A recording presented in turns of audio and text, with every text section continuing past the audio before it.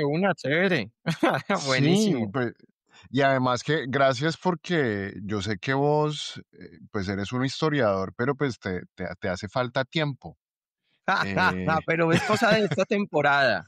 Yo suelo tener más tiempo del que carezco en esta época. ok, porque yo me puse a hacer investigación, no te voy a mentir, porque uno, pues yo soy exiliado, entonces tengo que mirar a Colombia muy de lejos, y pues Claro. básicamente eso se reduce mucho a los feeds de redes sociales, televisión colombiana, pues ni por las curvas y todo eso. Entonces me tocó investigarte y, mano, me di cuenta que vos estás absolutamente en todo. Uy, no, no, O no, sea, qué miedo, hermano, qué miedo. vos- Ojalá vos- estuviera en todo, ojalá eso me diera plata, pero bueno, no, qué sí, bueno. pero haces muchas cosas. ¿Qué hiciste hoy, por ejemplo? ¿Qué hice hoy? Bueno, hoy yo soy cercano a una fundación que pues se hacen proyectos de educación política, principalmente apoyando actividades con el Congreso. Y entonces Ujú, justo esta semana tenemos modelo Congreso con chicos de universidades que este año tienen la particularidad de que son candidatos a consejos locales de juventud. ujú. Pues tenemos la crisis, somos damnificados como todo el mundo de la crisis de cooperación internacional. Entonces, pues De USAID. De USAID directamente.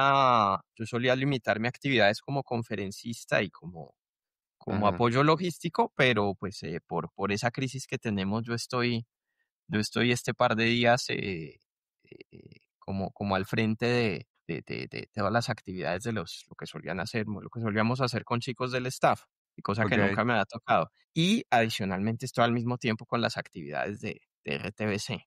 Entonces, Qué subiendo tipo tan artículos, interesante, mano. edit- Saqué de Pinterest. editando videos. Estamos en el sofá en Corferias, entonces el sábado tenemos una proyección de una película, entonces eh, Ah, domingo y también lunes haces voy a... películas vos.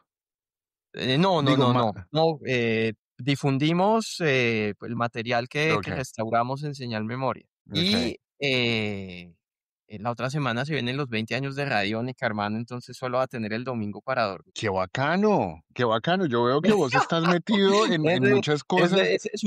Son cosas apasionantes, pero físicamente agotadoras, hermano. Sí, sí, se nota que tienes como 40 trabajos y se ve a través del Exacto, Instagram exacto. también. Sí, sí, sí. Pero bien, vos sos como una mezcla como de profesor Yarumo y César Mora de esta generación. Uy, hermano, pues, pero sin pasaporte.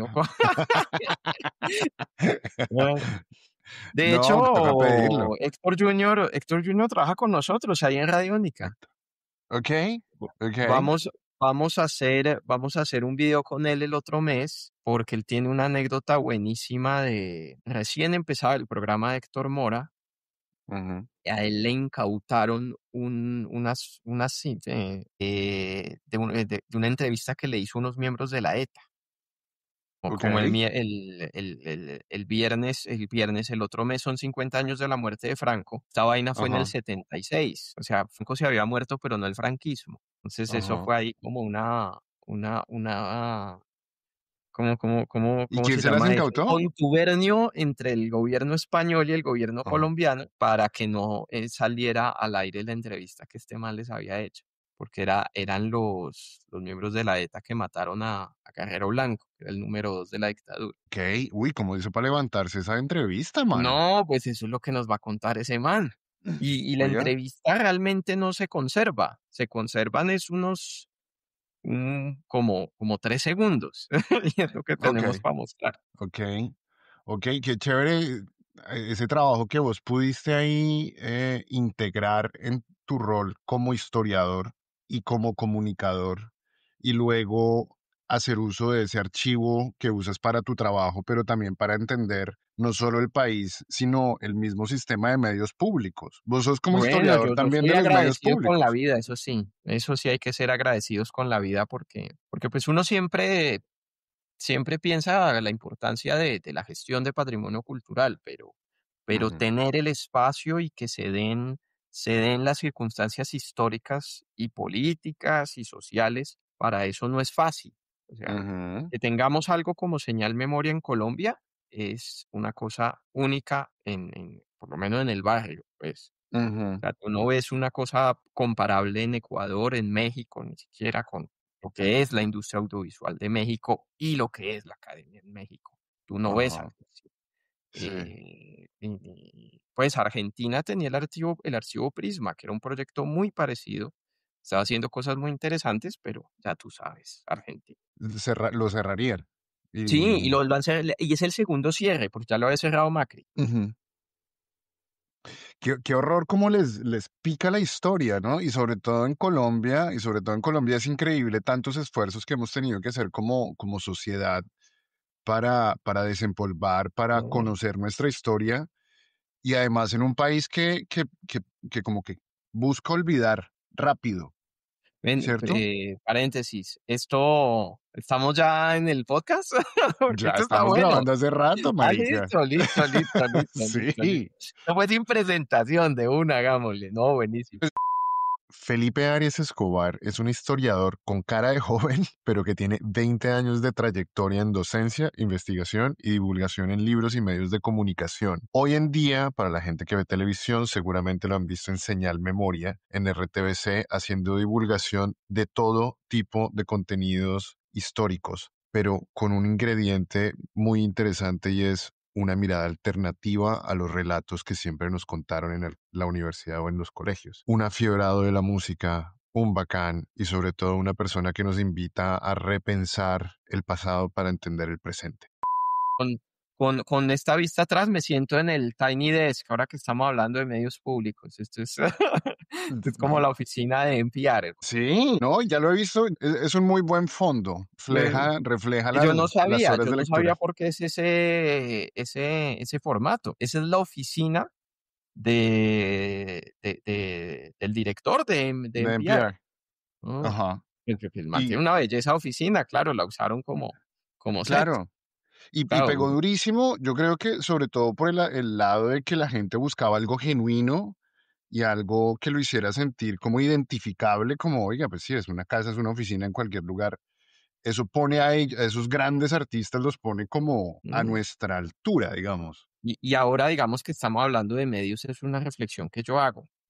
Chévere que todas las emisoras, llámese como llame, llámese Radioactiva o llámese Radio Nacional, estén sacando contenido sobre la presentación ahorita de 31 minutos en Tiny Desk. Pero yo siempre miro esas notas con un sentimiento de, parce, sí, chévere que lo cubran, pero ustedes, ¿por qué no están haciendo eso mismo? Porque Uy, ese es el futuro de la radio. ¿O cuál futuro? Es el presente, o lo mismo, o las Bizarrap Sessions, o los reels que hacen personas por su propia cuenta de reseñas de novedades discográficas o, presentando artistas. Eso es lo que o sea, la radio ya no es radio. La radio es una marca que tiene que aprovechar su reputación para incursionar en ese tipo de nuevos formatos. me dañaste el guión porque ese tema lo tengo acá, prácticamente, porque yo veo que a vos también te gusta mucho como la historia del rock y de la música. No, claro, Y, yo pues, yo siempre he sentido que mi ejercicio es de historiador, pero pues tú sabes que uno tiene que moverse por diferentes ámbitos laborales ajá, y pues una profesión es finalmente una manera por medio de la cual tú te acercas al mundo. sí, Yo fui durante mucho tiempo periodista cultural también, periodista musical concretamente, ujú, y yo siempre asumí mi ejercicio periodístico como un historiador. Sea, mis ok, reseñas de discografía eran desde una mirada, o me esforzaba muchas veces por hacerlo desde una mirada historiográfica. y musical. Sí, exacto. Ok, porque bien, súper, ¿no? A mí, algo que a mí me parece que se quedaron cortos en todo esta revitalización del sistema de medios públicos, que yo creo que la hubo sobre todo desde la parte informativa eh, y de la parte de derechos humanos y de la parte de memoria, lo cual aplaudo mucho, pero yo creo que se quedaron cortos en darle plataforma a nuevos músicos, man, porque Y esta pregunta quizás eres tú la persona perfecta para respondérmela, y es que yo no sé si Colombia había visto una bonanza musical más brutal que la que está viviendo ahorita Colombia. Colombia está llena, llena Claro, de música nueva, está llena de talento, está llena de pelados haciendo músicas de todo el mundo. No están haciendo música colombiana, exacto. están haciendo músicas Colombia nuevas. Dime. Colombia tiene un potencial y sobre todo en el presente siglo de ser una potencia cultural. Hay Brutal. países que han asumido ese rol histórico, ¿no? Por Ujú, decir ejemplos específicos del barrio, que no son potencias tal vez en lo económico, pero que en lo cultural sabemos mm, ese significado que tienen en la cultura de masas.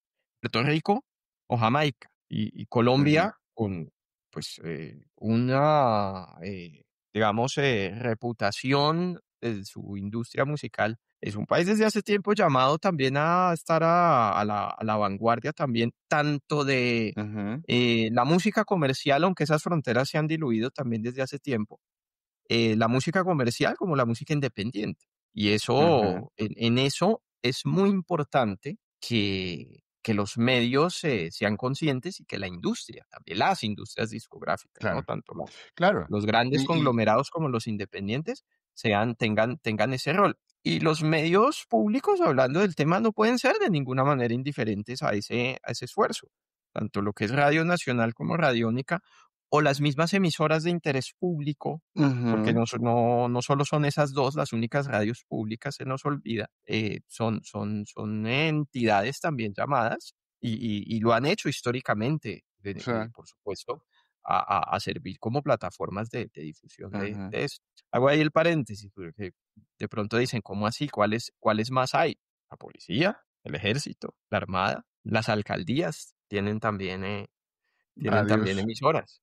Claro, claro, pero Y pues es que lo que dices tú, que ya la radio ya tiene que trascender el formato de radio y pasar más a YouTube, al Tiny Desk, al formato que le llegue más al nuevo tipo de oyente. Pero entonces ahí ya también como para empezar a meterle un poquito de política, porque pues es, para eso es este podcast. Ahí yo creo que se quedó corto este gobierno, el gobierno que podría haber utilizado todo ese tipo de simbolismos y de expresiones culturales que vienen cargada de mucho mensaje político y cultural crítico y de denuncia en muchos casos. Y eso habría podido ser, yo creo que una corriente de jóvenes que están ahí buscando una voz que no se la dieron, y que yo creo que ahí sí RTBC pudo haber tenido, desperdició una oportunidad, no solamente por la oportunidad política, sino por la oportunidad de negocio. Por ejemplo, no sé, hace poco yo vi a los pelados de Diamante Eléctrico, diamante eléctrico, que sí. son buenísimos, marica. Esos manes a mí me parecen musicalmente riquísimos, pero pues ellos decían que a duras penas llegaban a final de mes, y que están jodidos, marica. Y pues a mí me dolió mucho porque esos Y pelados tocan una música buenísima. vivir de la música, vivir del arte es una empresa ingrata. En Eso sí, Colombia, hi, entonces, en o en Colombia es Colombia. durísimo. Aún con lo que acabamos de decir, una cosa es tener la plataforma y la agenda, y los réditos que puede tener con todo el mérito que tiene para tener eso Karol G. Ujú, Y otra cosa es, por supuesto, el músico independiente.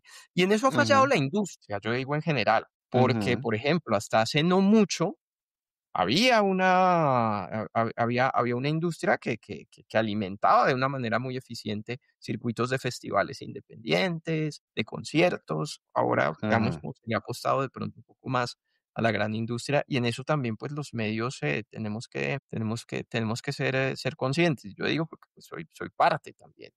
Qué ujú. bien, ¿no? Pues, mis funciones y mi vocación es otra en este momento, pero, pues, Te aplaudo, pero pues ese rol, pues, sí, digamos. Claro, no va a ser el Estado el que asuma eso.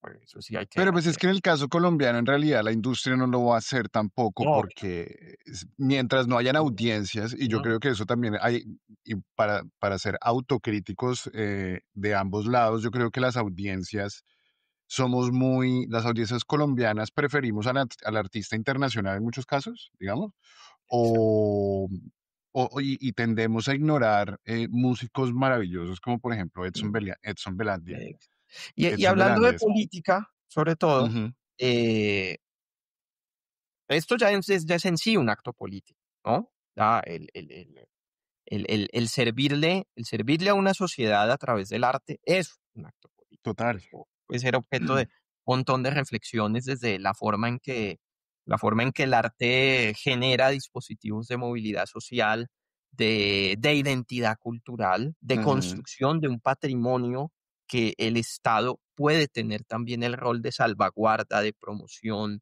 de divulgación también. ujú, Y ya concretamente en acciones políticas, el arte pues pues eso es un debate grande, pero ujú, cuando se puede comprometer, se compromete. Y se claro, vio con muchísima claridad en el contexto del paro nacional. El claro. paro en su momento, aún cuando no teníamos el gobierno que actualmente tenemos, lo cubrieron los medios públicos, tanto Radio Nacional como Radiónica, a los artistas que se estaban movilizando. Entonces, pues en ese Ujú, sentido, podemos, yo creo que reflexionar sobre ese papel que tiene, a pesar de los límites de su claro. acción, la industria musical frente a los desafíos de la sociedad colombiana. Y eso me parece muy bonito también. Ahí hay Eso es un, algo que hay que reconocerlo en medio de nuestras tragedias. hay un debate transversal también y es cuando el arte se vuelve político en Colombia. Porque, por ejemplo, claro, ya hacer un trabajo cultural para la diversión, para el entretenimiento de la comunidad, digamos, ya es una labor social de por sí, pero cuando además se torna político, es aún más lleno de contenido y eso en Colombia pues genera roces.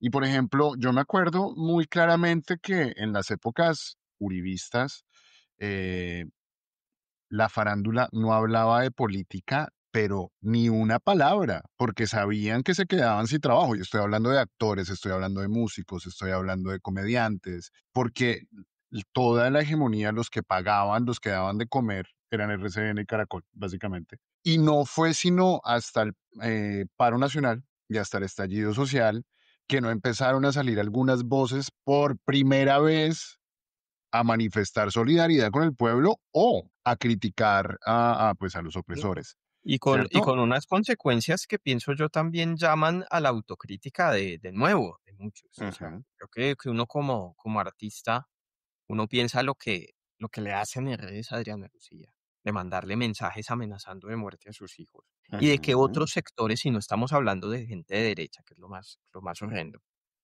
que, que, que justifiquen eso, que la ajá, responsabilicen a ella de esas amenazas. Uno dice, no, qué manera de hablar del asesinato de líderes sociales, que me voy a poner yo a hablar de las disidencias, exacto, de la corrupción, exacto, qué sé yo.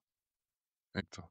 Entonces, si eso es tener una opinión, imagina ahora poner contenido político en tus canciones. Por ejemplo, Exacto. Alcolíricos. Alcolíricos tienen letras políticas y Alcolíricos han logrado todo lo que han logrado, yo creo que, pues, gracias a ellos.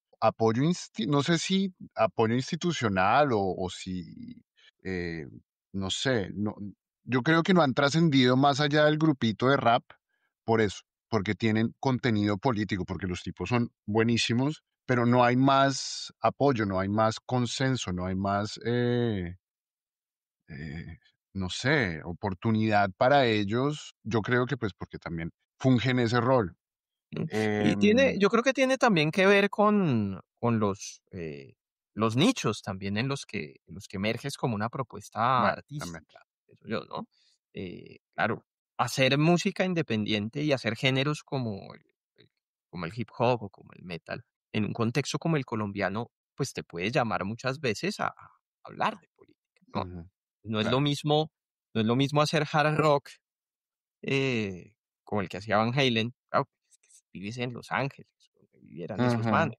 Le cantas a, le cantas a un carro sí, de la de que sé Panamá, que todo el mundo dice, ah, Panamá, el país, no, le está cantando es un carro de Indianápolis, creo, o de Daytona, una cosa así. ok. Claro, un grupo de metal de Medellín en el año 91, le vas a cantar a un carro, le vas a cantar Pero, es a los pelados que acaban de asesinar en un bar. bueno, sí, es verdad. Pero la escena metalera en Medellín era fuerte Ah, pero en la por época de supuesto, y Quimosis. son el ejemplo por excelencia de esa alternativa, esa zozobra en la que vivía Medellín a finales de los 80, a principios de Ajá. los 90, El que punk y el son unas metal. banderas que luego va a retomar el hip hop. O sea, la música Ujú, salvó a generaciones de jóvenes de caer en las garras del narcotráfico, del sicariato, de los grupos ilegales. O sea, fue una oportunidad ujú. y no estamos hablando solamente de músicos, sino de toda la cultura que se formó alrededor, del que se volvió publicista, diseñador, fotógrafo, por Sí. construir una escena también alrededor de esos músicos que se habían formado. El pelado que puso Ujú, un bar, que se volvió periodista cultural, eso fue una posibilidad de escape por un lado, y eso es importante también, y eso yo creo que hay que señalarlo también. Muchas veces cuando como una manera de escape también estás renunciando a hacer, deliberadamente contenidos de crítica social en un contexto como ese, es algo también legítimo. No, pues yo le quiero sí, cantar a la fiesta porque quiero que la gente piense en otra cosa, y también en un contexto como este es válido, ¿no? Hay que sí, es entender una también decisión muchas veces artística. cómo lo lúdico responde también a contextos. No todo lo lúdico es necesariamente igual, ¿no? Pero en contextos Ujú, como este, sí es claro que está respondiendo a unas realidades concretas. ujú. Sí, ¿y cómo lees tú, por ejemplo, y para seguir hablando de música, ha habido un poco, Colombia, yo siento que desatendió y descuidó los ritmos folclóricos tan ricos que tenía? Por ejemplo, la cumbia ya no es un producto de consumo colombiano como por ejemplo lo hacen en Argentina o lo hacen en México o incluso en Perú, que hay una cumbia peruana. Han desaparecido varios géneros en Colombia, como que dejamos en desuso, pero que eran como tan buenos, tan sabrosos, Bueno, es que ¿no? depende también. Uno dice, de pronto hay que mirar, también, varias cosas, ¿no? Ajá. No hay que mirar el mainstream, por un lado. Sí, bueno, quizás ese es mi Eh, pecado. no, y hay que pensar también que la música es histórica, en el sentido de que evoluciona Okey. en el tiempo y de que es capaz de transformarse. Hace años, en mi labor periodística, tenía yo la oportunidad de hablar con, los de Mitú. Mitú es un grupo, un Sí. ensamble que formaron un chico de Palenque con, un chico que era el percusionista en ese momento, el baterista de Bomba Estéreo. Ajá. Y una de las cosas que decía Okey. Franklin, el chico de Palenque, decía yo, en este ensamble, más orientado hacia, digamos, sonidos electrónicos, discotequeros, yo respeto, yo amo mi tradición palenquera, pero yo Ajá. siento que aquí tengo espacios de mayor libertad creativa, en el sentido de que puedo hacer otras cosas distintas sin renunciar Claro. ese rol de percusionista y de lo que aprendí en mi comunidad. Entonces, pues, podemos llevar también esa reflexión hacia los ámbitos de cómo lo sonoro puede transformarse, ¿no? Ujú. Y ha pasado todo el tiempo. Recibieron en los años 70, la cumbia en el resto de Suramérica, le dieron otro contenido, le dieron otro carácter. No dejó de ser música de los sectores, populares, Populares. e inadvertidamente los colombianos la recibíamos de vuelta, porque es que eso es una cosa muy divertida. Durante mucho tiempo en Colombia se despreció la cumbia peruana, la cumbia argentina, pero la escuchábamos. Porque Todavía, ¿no? escuchábamos Colegiala, escuchábamos Cariñito, escuchábamos El Cuartetazo. Lo que pasa es que pensábamos que eso era música colombiana, y no, era música, que escuchábamos un candombe, que es el Negro José. Pues no No, pues si sabíamos ahorita que eso eran covers, o sea, estábamos recibiendo la retribución. Ya, digamos, tanto la crítica como las nuevas generaciones, desde lo creativo, desde lo artístico, ya empezaron a tener una visión muy distinta, ya había una conexión con esos sonidos, con esas nuevas ujú. generaciones también de otros países, y pienso yo también que eso ha enriquecido mucho el sonido colombiano. Claro, Mm. el músico tiene el derecho de hacer lo que quiera, y si quieres hacer pop rock tradicional y te va muy bien, bienvenido sea. Pero Sí. también yo pienso que mucho de lo que se recibe por fuera es esa lo que tiene esa dosis, digamos, y esas incorporaciones de lo local y de lo folclórico, porque es lo que suena único, ¿no? Yo sí creo que verlo del concierto de Damas Gratis en Bogotá sí fue como una profanación a la, a la tierra de la cumbia. Claro, pero es que Qué la horror. cumbia villera tiene también ese valor agregado, de que es una cultura que por fuera de Argentina se ha cultivado alrededor del movimiento, barrista, Barrista. ¿no? Sí, sí, sí, sí, sí, sí. Y claro, pero fíjate que uno no se da cuenta, y yo lo hablaba acá en mi casa, y me decían: ¿Quiénes son los de Damas Gratis?". Yo: "Pues los que tocan esta con los Cadillac, la de Padre Nuestro". "Ah, Ok, así o sea, que se habían conocen, escuchado pero o sea, ese, mucha gente ha escuchado Damas Gratis, pero no sabía que eso era Damas Gratis". pero por los fabulosos y una canción. Bueno, ese fenómeno de Pero los bueno, algo es barristas algo, algo es eh, algo. y de damas gratis es muy chistoso porque yo creo que eso pasa más por un tema identitario primero que por gusto musical. Pero bueno, no vamos a entrar en eso eh, porque ya hablando con vos y hablando con toda la gente que he podido hablar,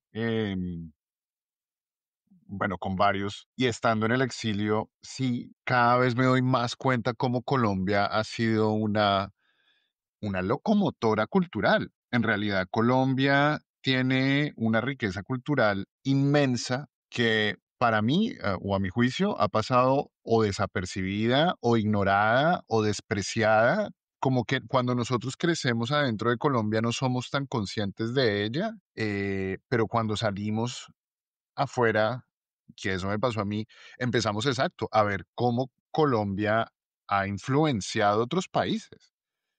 Y Completamente. es como, ya, Y la música, ajá, pues, en general, digamos, la industria cultural ha sido porque, pues, bueno, no solo hablamos de música, hablamos de la literatura, ajá, hablamos de las artes plásticas, que a veces ajá, y mira que sí. Uno a veces uno ve como esa imagen, sí, algunos la juzgan como estereotípica, otros identitaria.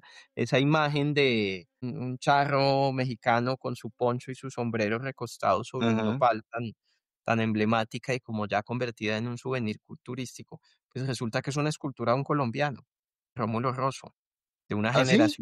de una generación precisamente de artistas que fue deliberadamente excluida del canon del arte colombiano a mediados del siglo pasado, y que va a terminar haciendo su carrera en el sureste de México, creo que en En Mérida, México. que fue donde se quedó a vivir, Rómulo Rosso, pues Ajá.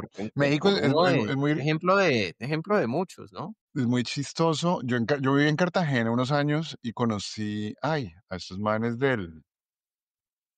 ay, ¿cómo es que se llamaban? El Caribe. Ay, bueno, eran unos locos que sonaban buenísimo, que La Máquina del tocaban en Caribe, ¿cuál Getsemaní. sería? Ay, que tocaban en Getsemaní muy seguido, el funk,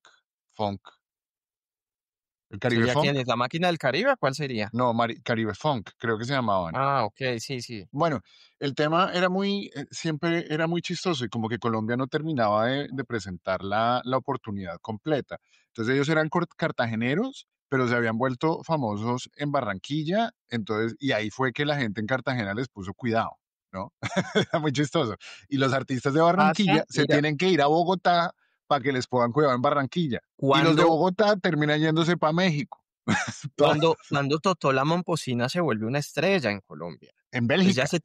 ella se tiene que ir para Londres a que la Exacto. produzca Peter Gabriel.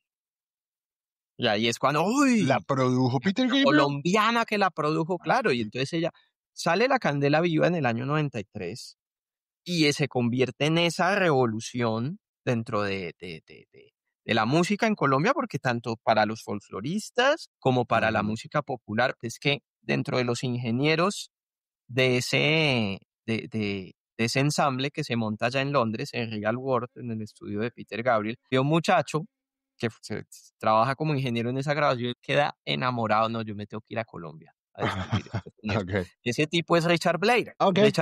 Richard Es Blair se hace amigo en Bogotá de un tal Iván Benavides y un tal Teto Campo, los tres comparten el mismo apartamento y, y se cambia todo, porque ahí nace Sidestepper. Stepper, ahí ujú, nace Richard Blair, viene a producir a la derecha y a Terciopelados. mientras Iván Benavides está produciendo La Tierra del Olvido.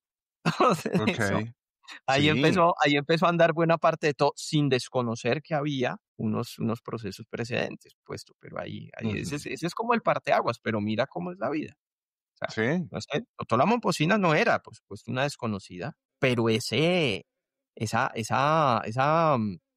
esa marca de cuando la gente ya dice claro, Totó la Momposina es porque esta mujer se tiene que ir a Londres a que la produzca Peter Gabriel. Decía, sí, no, pues, si a una leyenda del rock le gusta la cumbia, pues a nosotros también tiene que claro. gustar, ¿no? Era como fue Yo me acuerdo que como esa la noticia llegaba era más, por el orgullo patrio, ¿no? No por la música, sino colombiana llena estadio en Bélgica, colombiana eso. llena estadio. Entonces, ahí era que uno decía: "Venga, ahora sí vale la pena". Y eso sí es una pena. Eso era una pena porque, por Claro. ejemplo, a mí me encanta la música electrónica y vos vas a cualquier rumba de música electrónica y hay Petrona, Totó la Momposina, están todas las voces de la sabana caribeña, eh, y hasta esos niveles la música colombiana ha influenciado. Claro, pero es que acá hace unos 10 años vino Adrian Sherwood, vino a Bogotá. Adrian Sherwood fue productor de Nine Inch Nails y de Depeche Mode. ¿Y a Ajá. quién vino a grabar Adrian Sherwood? A los gaiteros de San Jacinto. Porque Ah, qué ese es belleza. el rock de acá, para esa gente. Eh, Claro. No, y sobre todo, pues, que es algo que solo se escucha ahí, marica, es tan auténtico, es tan genuino, es tan cargado de todo lo que representa Colombia, que calienta mucho el espíritu. Eso yo lo he venido descubriendo y yo creo que en Colombia no valoramos lo suficiente esa riqueza cultural y sobre todo que como que ha sido sepultado por toda la narcocultura y por mal que bien Karol G y los reggaetoneros y los cantantes de música popular, que eso a mí me tiene Pero fíjate que completamente absorto. son también expresiones que tienen un potencial tremendo, pienso yo. Sería de pronto otra cosa si esas escenas pues le apostaran, muchas veces lo han hecho, a contenidos, a diversificar los contenidos de sus canciones. No estamos diciendo que politicen o que los conciertos No, pidan votar por X o Y candidato, pero pues música y se ha hecho, ¿cómo es que se llama este loco? El de Me Vilo del Mercado. Tiene una canción tremenda reivindicando a la comunidad gay. Espérate, no, estamos búscalo, conectados a búscalo. internet. Me vino del mercado, venga, a ver. ¿Cómo se llama? Jimmy Gutiérrez, que es una canción de hace más de 10 años. Y claro, pues yo digo también, es una cosa podrá ser por un lado, se podrán analizar como ejercicios de apropiación de culturas de sectores subordinados o qué sé yo, o resignificaciones. Bueno, los términos Ujú. ya nos pondremos a discutir cuáles son. Es que es muy, a mí, como fenómeno cultural, a mí me parece fascinante, porque estamos hablando que hoy en las discotecas los pelados escuchan guascarrelera. Exacto, yo estoy Y absorto con es que eso. eso es música que hace 30 años en Bogotá solo sonaba en AM, que uno conocía esas canciones Yo porque sé. porque las ponía el conductor del bus, cuando en los buses dejaban poner radio, ¿no? Y que ahora que ahora sí sea música popular en el sentido etimológico, o sea, que sea la música que Ujú. le gusta a todo el mundo y no solo en unas comunidades, socioeconómicas Ah, específicas. A mí me parece ok. increíble. Y ahora como llegó la influencia también de la música de banda mexicana, si Ajá. estudiaste tuba, ahora tienes trabajo todos los berracos fines de semana. Para, A mí me parece para los, buenísimo. para los Sí, cinco sí, tuberos en imagínate que Colombia, marica. al que le dijeron usted se va a morir de hambre por estudiar tuba y se va a Se arruinar comprando equivocaron. ese instrumento tan caro, pues parce, ahora tienes trabajo todos los fines de semana. Habrán 5 en toda Colombia. Oiga, pues eso me tiene absorto, eso ha sido un cambio increíble, pero bueno, ahí voy a entrar a un poco con mi comentario impopular contra la música popular, y es que es un producto muy de producción en línea. Eh, sí, Como toda la música, como toda la ojalá música pop. sí, por eso, pues es que, pero Bueno, quizás estoy pecando de snob, pero es que yo veo que ahorita en Colombia hay un gran boom, sobre todo en la música alternativa. Por ejemplo, a mí me parece fascinante que Messier Periné hace música francesa con swing, con algo de colombiano. Luego está Bestiario que hace punk folclórico medieval. Luego está Diamante Eléctrico que hace un funk que no sé, pudo haber salido de Chicago o de cualquier otro lugar del mundo. Lo que voy es que Colombia ahorita parece, en términos musicales, parece que no le faltará nada. Hay electrónica, hay metal, hay funk francés, hay folk, country, de todo y yo la verdad estoy asombrado con la juventud colombiana, que yo creo que también ha sido como una cierta catarsis ante la falta de oportunidades que ofrece el país. Yo creo que genera como ese nuevo tipo de manifestaciones. Y eso me tiene a mí un poquito agobiado. Y digamos que este podcast también es para eso. Yo quiero buscar ese tipo de artistas que tampoco le han ido a preguntar como, bueno, usted también tiene una opinión porque también es ciudadano. Canta, pero pues, pues también tiene una opinión. Creo que no ha habido eso, no ha habido ese reconocimiento hacia esos artistas Bueno, más allá de en pasarlos general por es el un radio de vez en ejercicio que yo cuando. digo muchos lo han terminado haciendo por su cuenta. Y no es algo, se visibilizó con más fuerza en el paro, pero Ajá, no es algo que empezó en 2020, sino que venía desde, por lo menos cuando yo le empecé a hacer el seguimiento, es algo que empezó con los paros en el gobierno de Santos, con los movimientos de ujú, las dignidades, el paro agrario, la MANE. Ya ok, había un movimiento muy fuerte de músicos mucho más jóvenes en su momento que se educaron también en ese sentido, ¿no? De la movilización y un poco también ujú. del despertar que permitió un poco la situación política, ¿no? Porque en el gobierno Uribe, es que a veces se nos olvida que eso no podía hacerse.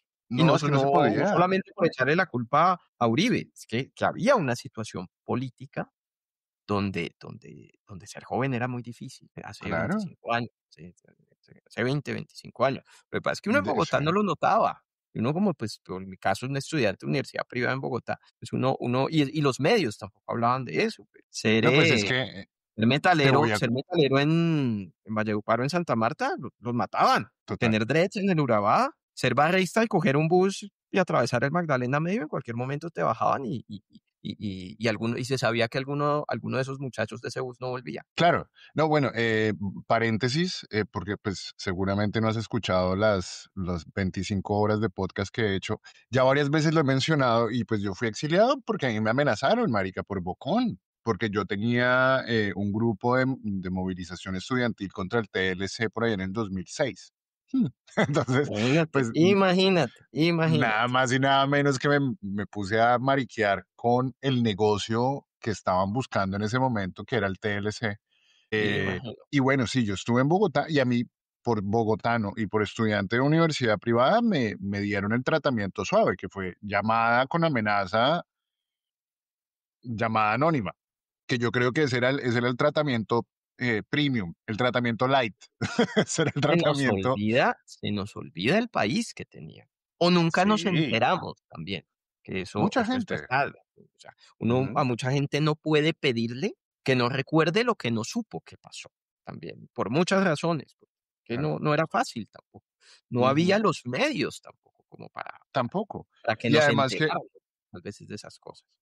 Y además que Colombia, yo creo que en muchos casos, como método de alivio, prefiere el olvido. Claro, y hay una cosa también que tiene esa época, y eso es importante, hablando de mi vocación los últimos años. No hay acceso, como pensaríamos, a los registros, a los documentos de esa época. O sea, no es fácil ¿De cuál buscar un época? noticiero de hace 20 años, no es fácil buscar un Ah, del noticiero. dos En mil mi seis tiempo a 2010. no existía, se subían muy pocas cosas a YouTube, Ajá, no había la manera como tenemos ahora de subir videos a redes sociales o de grabar uno la información ajá, por sus propios medios. Hay un tema tecnológico complicado y es el tránsito de los formatos analógicos a los digitales y ha ujú, hecho que muchos archivos de la época se pierdan o bien ujú, o se desconozca su paradero o sencillamente han desaparecido. O sea, no es que ni siquiera deliberadamente se haya ocultado esa información, aunque seguramente también hay muchas cosas que deliberadamente se hayan querido desaparecer. Hoy día, te lo digo como historiador que ha estado en Ajá. proyectos que involucran ese ejercicio. Es más fácil hoy conseguir discursos de Alfonso López Pumarejo de hace 80 años que de Uribe de hace 20. Es ¡Ah! imposible.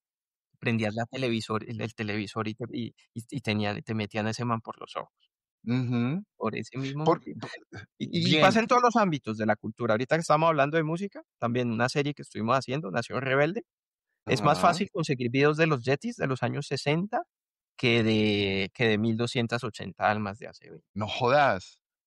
Bueno, porque yo tenía esa impresión, bueno, digamos, yo no soy historiador, pero más o menos me acuerdo de lo que pasaba en los 2000. Mi tesis fue sobre la construcción del imaginario uribista desde los medios y yo por ahí como que me acuerdo y yo digo, ve, yo me acuerdo que Uribe dijo tal cosa en tal discurso y lo voy a buscar y no, en serio que no la doy, pero yo Exacto. creí Yo que era por porque, ahí, escarbando mucho, encontré algo que siempre me impactó mucho ver eso en televisión, por ujú, ejemplo. Y afortunadamente lo encontré en YouTube, pixeladísimo, eso sí. Una ajá, pedrea en la Universidad Pedagógica. Eh, Se entró el ESMAD, eso fue una cosa espantosa. Lograron detener algunos, digamos, participantes, no vamos a juzgar aquí, participantes pues de la pedrea, y el tema es que los han puesto en fila esposados a desfilar delante del presidente de la República. O sea, Uribe en persona, o sea, como un, como un, como esos déspotas de la Biblia, ¿no? Como un ujú, sátrapa de la antigüedad así sentado en su trono, recibiendo a los detenidos así desfilando esposados. Yo me acuerdo, me impactó mucho ver eso. Y hace ajá. poco me acordaba, y yo tengo que buscar esta vaina en YouTube, porque yo no puedo creer que esto de verdad pasó. Jodas. A mí me pasó hace poquito ¿vos te acuerdas que José Obdulio cuando llegó Uribe, él le mandó un manual, un glosario, vocabulario, cuando él hizo el cambio entre conflicto Sí, a claro, amenaza los terrorista? sofismas del terrorismo en Colombia se llama el libro. Exacto. Los sofismas, hay un libro, pero bueno, yo me acuerdo que eso salió en medios y yo quería buscar la noticia, yo quería buscar cómo lo habían cubierto ese tema. Ni idea, no lo No, mira, encontré yo por creo ningún que, lado. yo creo que hay que hacer en algún momento ese documental y recuperar esos testimonios, porque es que la presencia de Uribe no era algo que se limitara a las noticias políticas. O sea, por ejemplo, Ajá, por decir dos ejemplos que recuerdo, y los digo porque los recuerdo mucho. El día que se retiró del fútbol el Pibe, pusieron a Uribe a que hablara en el noticiero. ok. El día que se mató Khaled Morales, pusieron a Uribe a que se pronunciara sobre eso. O Ajá. sea, ese era el grado de penetración que tenía la imagen de Uribe en Sí, los sí, sí, grupos. sí, sí, y Impresionante. sobre todo Yo, que lo yo en- banalizaban mucho.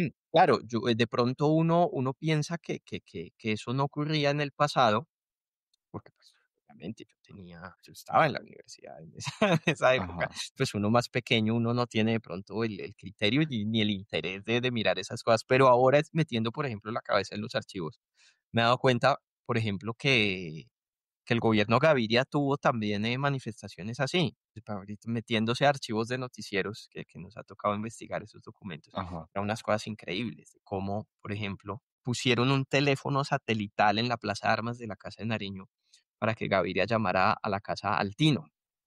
O le preguntaban, antes de los partidos de la selección, el noticiero llamaba a Gaviria al aire a preguntarle por su pronóstico y, ajá. y, y un día acertó, entonces al día siguiente había que llamarlo a felicitarlo. Y el nivel de banalización es Claro, difícil, es claro. difícil. Y otro, no voy a decir nombres del noticiero, porque todo es del mismo noticiero, además, de poner a comentar el reinado, y eso está en YouTube, te lo voy a mandar, Ajá, para que lo compartas luego. Poner a comentar el reinado, o a comentar el reinado, a comentar la belleza de las candidatas en Cartagena, Alfonso López Miquel. ok, cuando El eso se vene podía hacer. Claro, el venerable anciano mirando hacia una pantalla. Sí, esa niña de Santander tiene piernas muy bonitas. Sí, esa niña de Arauca me recuerda a los atardeceres en el llano. Eso eran los 90. Eso Esa era normal, banalización y esa. ese, eh, eh, ese uso también, sí, esa banalización de los La políticos. banalización del poder, Ah, la o sea, banalización del poder. yo no me imagino poner, ni siquiera la televisión pública, eh, poner a Petro a que pronostique el partido de la selección. Eso no se le ocurriría a ningún medio de No, no, comunicación no, hoy no, no, día. no. Exacto, no, no, no. Mm. Yo tengo la impresión de que Colombia no se ha tomado el tiempo de digerir o de analizar bien al uribismo, pues porque todavía no ha terminado, que ya falta poquito, esperemos. Em, yo creo que Colombia no se ha tomado el tiempo de autoanalizarse de la influencia que tuvo el uribismo y de ver al uribismo desde desde una posición no sometida o al menos no temerosa del uribismo. ¿Qué piensas tú de eso? Es que es complicado, ¿no? Obviamente, hay un uribismo militante, o hay un petrismo militante, o yo creo que los sectores políticos en un contexto de crisis de partidos, como crisis de todas las instituciones y de todas las colectividades, Ujú, tal vez los movimientos políticos que gústele o no a la gente, son los que tienen lo que más podríamos llamar una disciplina de partido y sobre todo enfocados dentro de el modelo tradicional del siglo XX de los partidos de masa, ajá, si bien no sean necesariamente masivos. Eso les permite, pienso yo, ser ante el grueso de la ciudadanía opciones políticas que puede considerar la gente, ¿no? Que puede decir, sí, bueno, hombre, yo, pero, qué gente tan fastidiosa, pero me interesa lo que están diciendo en este momento. Coyunturalmente los apoyamos o no los apoyamos. Yo conozco gente que votó 2 veces por Uribe y que ahorita quieren votar por Iván Cepeda. O gente que votó no en el plebiscito en 2016 y que en 2022 votaron por Petro. ok. Bueno, y no, y te lo entiendo esa parte y es completamente válido. No, yo veo al uribismo como algo más que un movimiento político. El uribismo fue casi una hegemonía cultural, pues Eso eso, sí, sin duda. completamente. Entonces, yo creo que Colombia no se ha tomado el tiempo de reanalizar el periodo uribista yéndose del marco mental uribista. Es decir, el uribismo llegó a las universidades y el uribismo Mm. llegó a los clubes y el uribismo llegó a los cócteles y el uribismo llegó Hubo, a hubo una todo lado. arremetida en diferentes niveles, desde la publicidad, es decir, desde el sector empresarial. De, de, Ajá, de, de pronto es que no era el comercial de pronto, eh, diciéndote Uribe papacito, pero sí ajá. se construyó todo ese lenguaje alrededor de estamos en un país maravilloso, ser patriota es cool, llegó todo el fenómeno de la manilla tricolor, luego vimos que las manillas quienes las vendían, Y las algunas de campañas ellas, de y las, Procolombia, que eran y las fuertísimas. campañas, la publicidad con el aviso en letra menuda. Yo me acuerdo mucho, el primer 20 de julio del, del Uribato, o sea, en Ajá. 2023. El Tiempo, yo creo que la gente puede ir a la Biblioteca Nacional a agarrar la edición del Tiempo, mirar la publicidad. eh, ¿2003 Sí, o dos mil listado, ¿por veintitrés qué Dijiste dos sentirnos mil. orgullosos de ser colombianos? Una publicidad de Águila. Porque tenemos el Ajá. segundo himno más bonito, porque la Feria de Cali es sabrosísima, porque las flores, porque enamórese de nuestras mujeres, porque tenemos un presidente con pantalones, y así, Sí, tal sí, cual. O sea, vendían. puedo, Uribe era un puedo producto jurar de que estoy venta. citando literal el Ujú, anuncio. Entonces, pues toda esa construcción, digamos, de aquí todo está bien, aquí todo mejoró, pues fue fundamental en construir lo que tal vez podríamos llamar un uribismo sociológico, en la que yo creo que mucha gente, sin estar metida en política, podríamos decir que pensó como pensaba el régimen. claro, es que la Es algo construcción. que se diluyó con el tiempo, pienso yo. Y yo digo, mucha gente, y conocidos que en esa época en Facebook se expresaban en ese sentido y que luego por WhatsApp le mandaban a uno, digo, pues, no me gusta, pero pues, fue un Ujú. fenómeno también en su momento, le mandaban a uno el estreno de Matarife por WhatsApp. Esa misma ¿Ah, gente sí? que hablaban como uribistas 10 años antes, por redes sociales. Ahorita vamos para allá, para el cambio, porque yo sí creo que ha habido un cambio, pero para cerrar este tema, yo me acuerdo que había uno que yo no me lo aguantaba en esa época, yo ya tenía pues una conciencia crítica y era cuando nos decían que Colombia era el segundo país más feliz del mundo. Y eso salía muy a menudo y yo me acuerdo que iba siempre por las líneas de prestigiosa universidad en Escandinavia. Era No, como sí, para, es que para sí. no ponerlo claro en ningún lado. Y yo me acuerdo que yo nunca leía las universidades y eso también lo estuve buscando en, en Google y ya no se ve, ya no se encuentra el archivo de esas noticias Sí, del toca segundo meterse a país. a las bibliotecas y bueno, ese es otro tema también, los archivos de Ajá, prensa y los archivos web, o sea, uno piensa, la digitalización, masificó de maneras, increíbles el acceso al conocimiento, pero ajá, ¿dónde están los archivos de eso que uno vio? ¿Dónde están esos grupos de Facebook que alguna vez uno vio como medidores, muy valiosos en el sentido de documentar cómo ja, se movía cómo se formaba opinión pública hace, eh, 15 años, o un poquito, sí, en el contexto de las movilizaciones, contra las FARC de 2008. Esos sí, archivos es una pena, porque nos habla cómo se creó un lenguaje beligerante, una estigmatización del disenso espantosa. Es ajá. que se nos olvida, o sea, la gente que Y pedía matizar, el tema, claro, pues obvio, ¿cómo no nos vamos a movilizar contra el secuestro o contra el terrorismo? exacto, Por supuesto que sí, pero espérate, ojo con el lenguaje, no sé qué, sacaban listas negras, sacaban dizque el organigrama de las FARC y ahí está, y ahí ponían al Cajar o a, o a Noticias Uno, se nos ajá, olvida, y no solo se nos olvidan, esos lenguajes, sino los personajes que se usaron en su momento, como esos ajá. que no son Miguel Polo Polo, eran No, personajes que cayeron también, no sé por qué. Eso habrá que analizarlo también, alguna tesis que nos ayude, o un conjunto amplio de tesis, porque esos personajes terminaron cayendo en la intrascendencia que cayeron. A diferencia de los influencers de la generación que vino luego. pues es que era una época que manejaba diferentes códigos donde incluso ese tipo de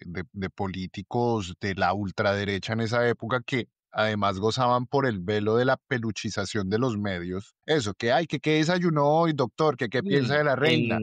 Porque, Exacto, era una época también, eso hay que decirlo, era una época en que el político profesional asumía otro rol muy distinto a cómo podemos asumir la política hoy día, sobre todo desde el lenguaje de las redes sociales. Todavía se conservaba ujú, esa idea del político que mantenía las formas, el propio Uribe, aun cuando claro, nos resulte con su cara de sorprendente. pajecito, Ya, claro.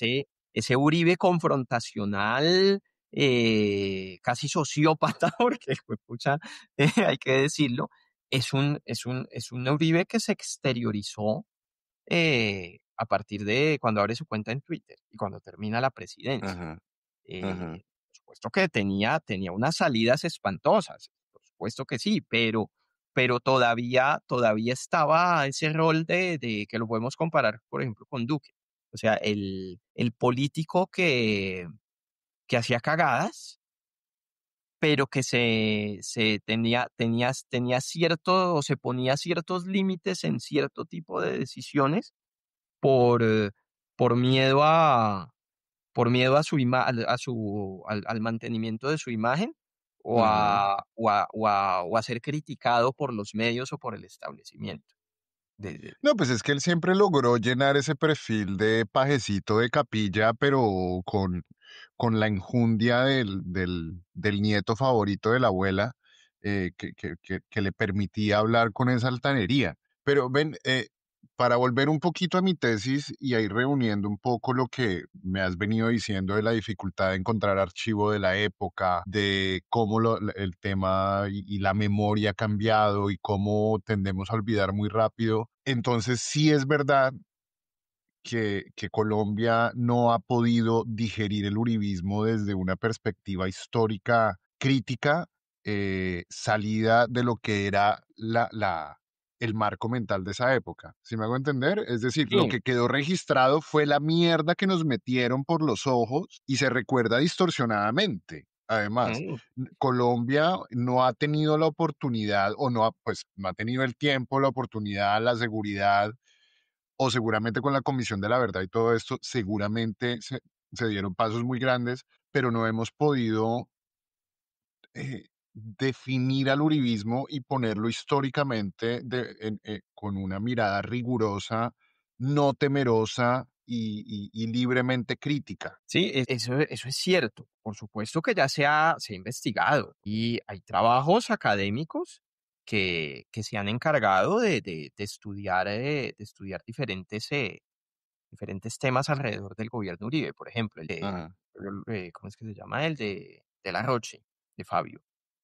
ajá, Ahí es panelista en Noches de Opinión y no me acuerdo de Fabio López de la Roche, o el libro de Luz Margarita Cardona, que se llama además La culebra sigue viva, que es de esos términos que se usaban ahí en el contexto ok, de la lucha antisubversiva de ajá, la época. Pero pues yo digo la importancia de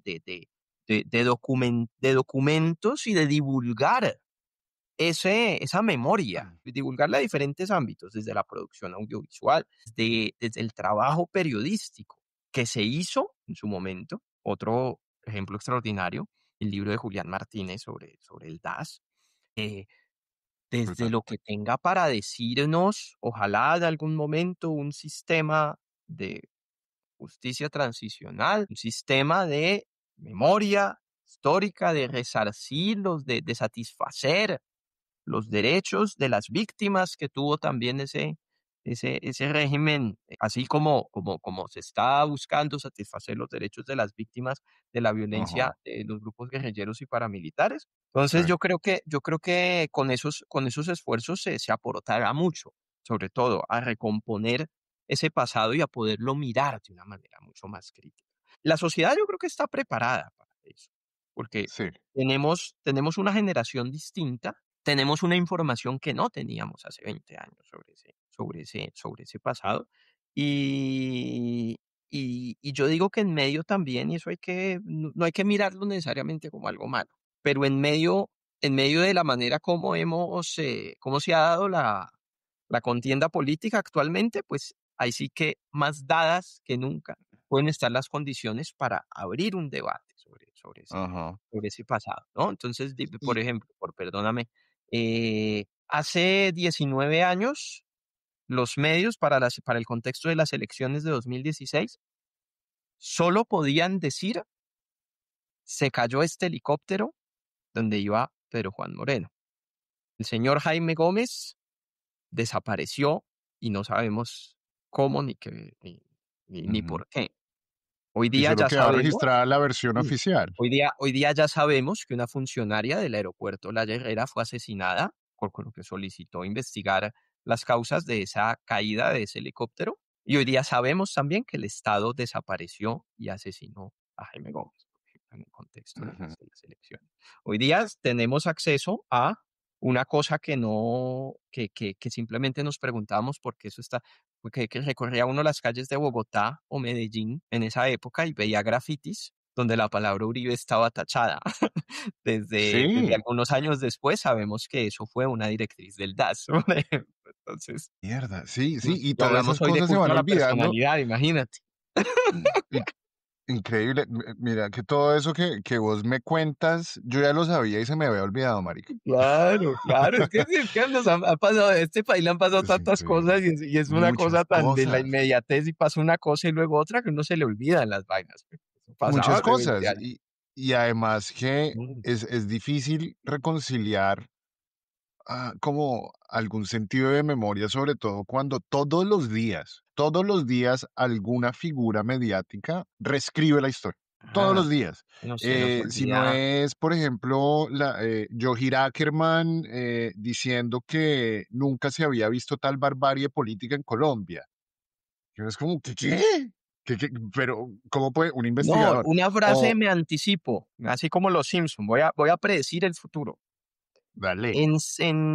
Dentro de 6 meses va a decir algún periodista: estas son las elecciones más polarizadas y el que han visto los siglos. El país está profundamente dividido. Ajá.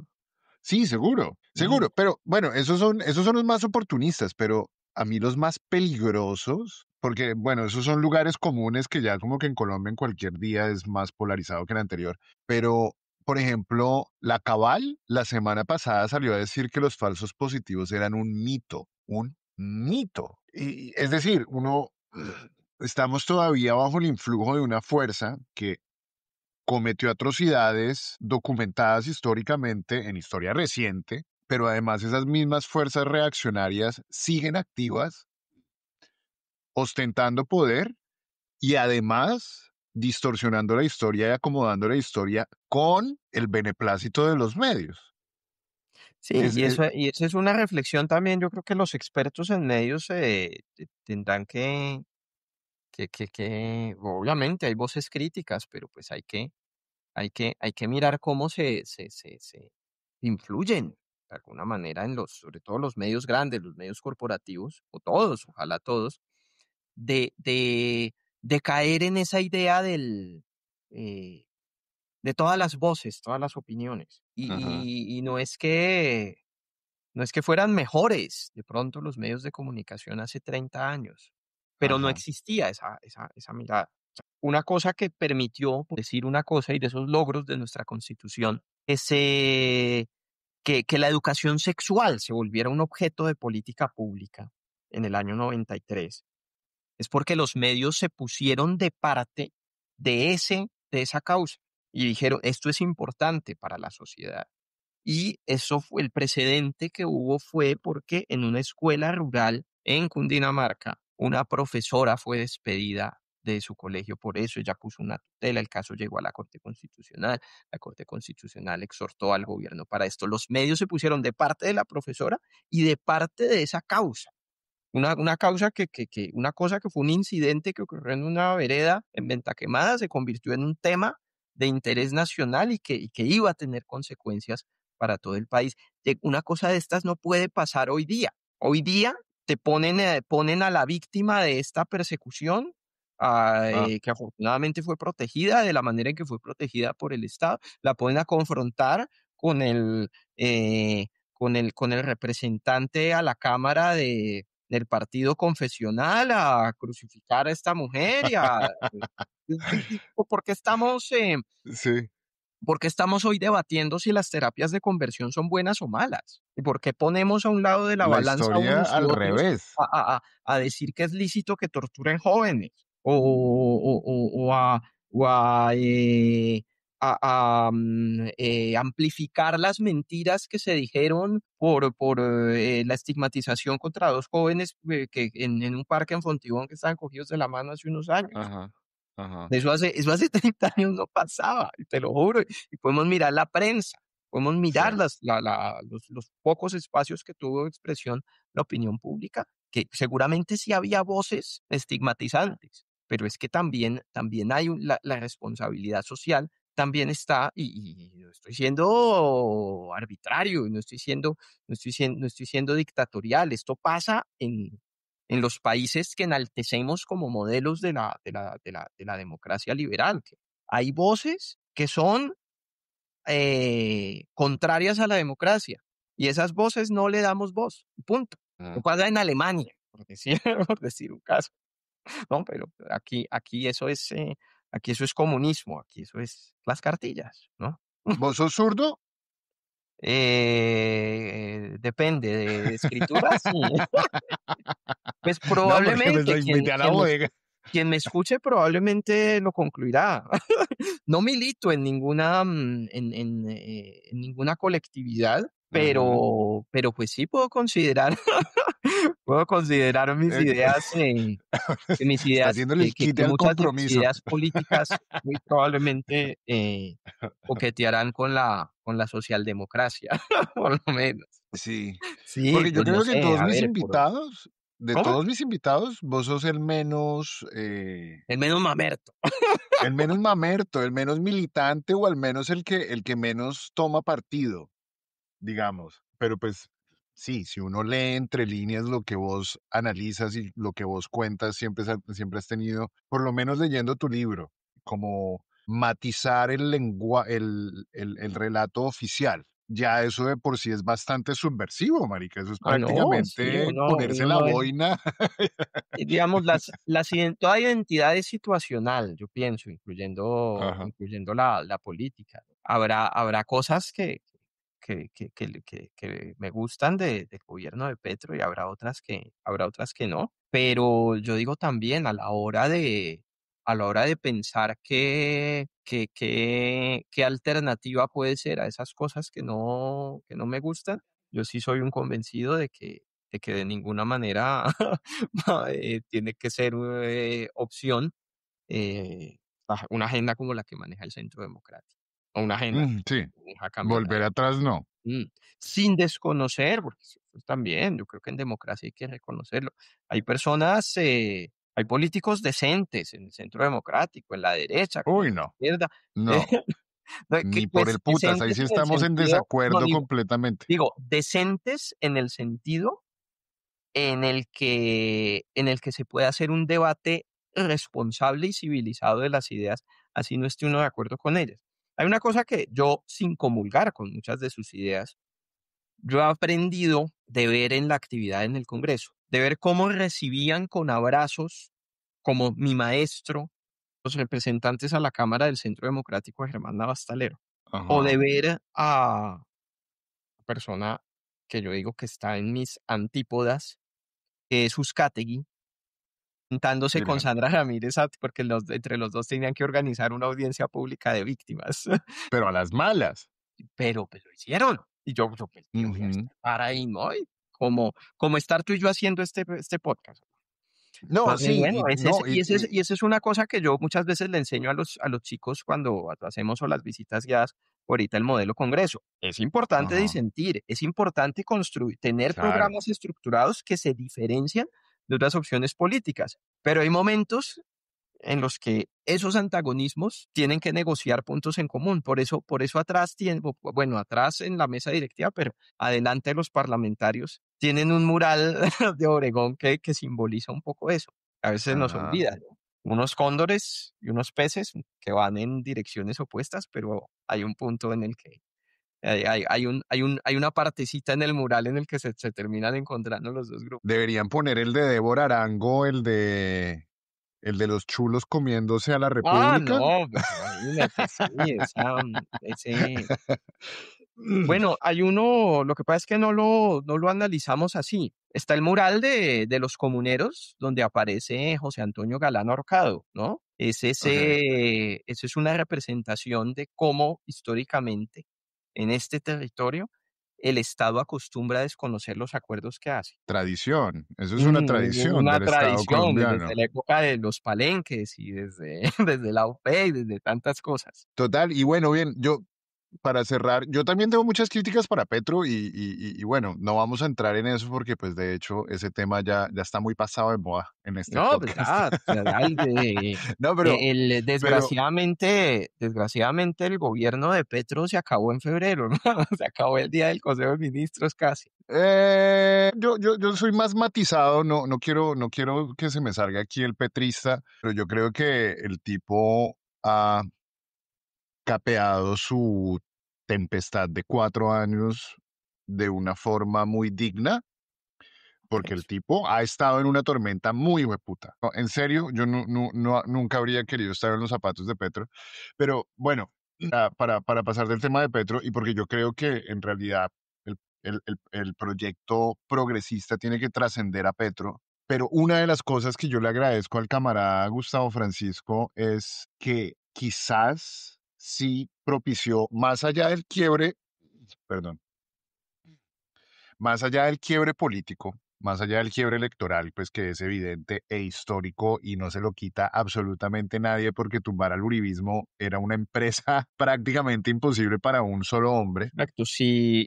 le dijeran a un observador hace 15 años que Colombia iba a tener un presidente de izquierda. Ya, qué Nadie se lo va. imaginaba. Y que ese Nah, presidente además iba a ser Petro, menos se iban a imaginar menos, eso.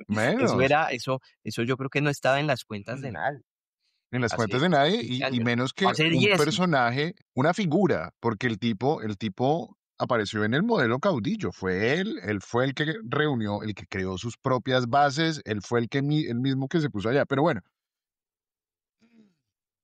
de cara a las próximas elecciones, mucha gente tiende a analizar lo que va a ser pues, el comportamiento electoral, un poco bajo el mismo marco mental político y de la idiosincrasia que existía hasta el 2021. Pero yo creo que la llegada de Petro sí tuvo un impacto en la psiquis política, social y cultural del grueso de la población. ¿Vos lo crees así o estoy idealizando un poco mucho? Gústele a quien le guste, y si duélale a quien le duele, como como se volvió el cliché. Ajá. Eh, eh, Petro sigue siendo una figura que despierta muchas pasiones entre sectores de la sociedad, ya sea porque se convirtió en un símbolo, ya sea porque le siguen teniendo fe o ya sea porque se reconoce su liderazgo. Si bien había condiciones dadas en medio de la situación política y social del país para que una opción política distinta a la que habíamos ensayado la última generación se considerara válida y la gente votara por ella, sí ayudó mucho la figura de Petro, el reconocimiento público de Petro.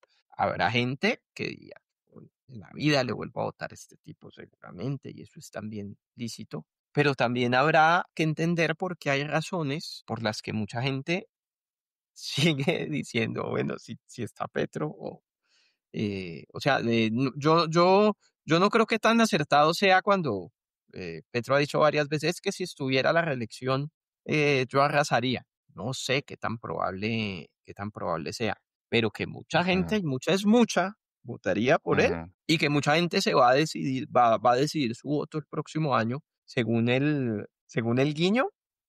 ujú. Probablemente. Claro, eso habla también mucho de la personalización de la política colombiana, que no es un invento de Petro, que es algo que viene, por lo menos en la Sí. política colombiana, desde hace 50 años, herencia de nuestro presidencialismo de 140 años, de la Ujú. Constitución del 86, pero pues sí, también en el ejercicio de la política pesa mucho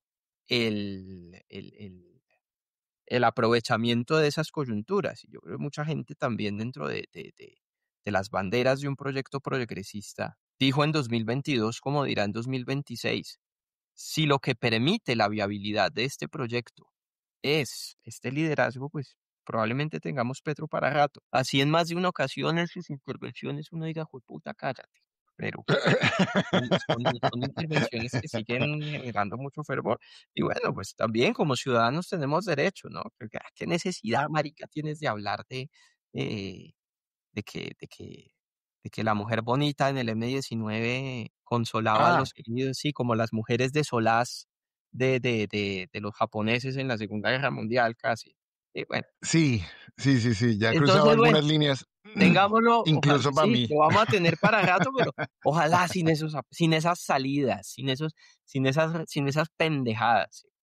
No, y te entiendo, y Pero incluso para mí, que yo le he mm, defendido muchas indefendibles, incluso para mí ya cruzaba algunas líneas que eran infranqueables, pero reitero la pregunta, en el campo social, es decir, en el pueblo, en la mentalidad popular, ¿ha habido algún cambio que podamos decir, sobre todo en el aspecto de ese mesianismo o de esa fascinación con las élites o de esa obediencia a las élites o de ese